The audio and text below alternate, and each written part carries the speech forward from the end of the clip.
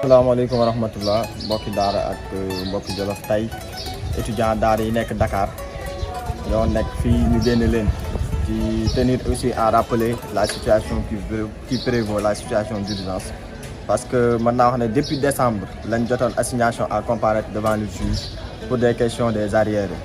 tey jii nag le moment est venu, ordonnance d'expulsion bi génn na mu ngi nii bagages yi ak étudiants yi ñu war a génn tey.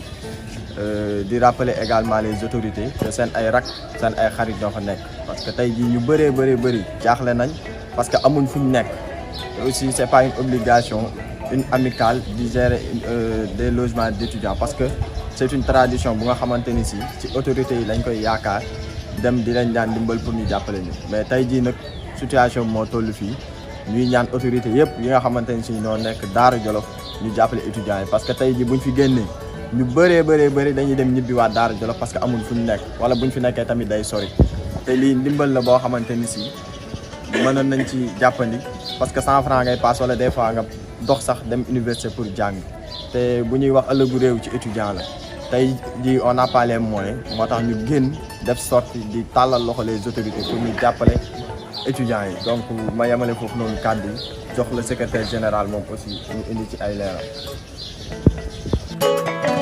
asalaamaaleykum, maa ngi nuyu ñëpp di eggali rek fu école daanele, parce que la situation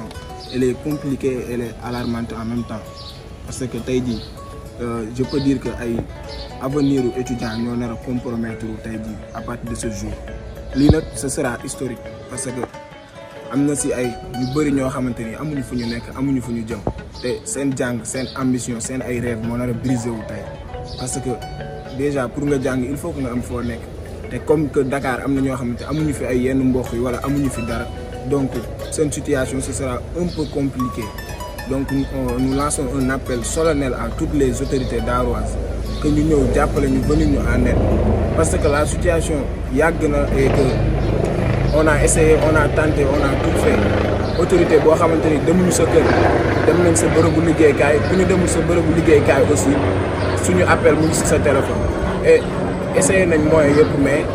dans l'impossible nul n'est tenu, mënatuñu si dara. donc là dañuy lancer un appel d'urgence aussi, parce que il faut que ngeen venir ñu en aide pour que ñii nii ñëpp ku nekk am foo mën a dem. déjà rek ku nekk pour nga am foo dem nii pour 2 jours sax c'est impossible, waxuma la fu nga mën a àggali sa jàng ba mu jeex. donc nous vous lançons un appel très solennel pour que ngeen ñëw jàpp situation bi.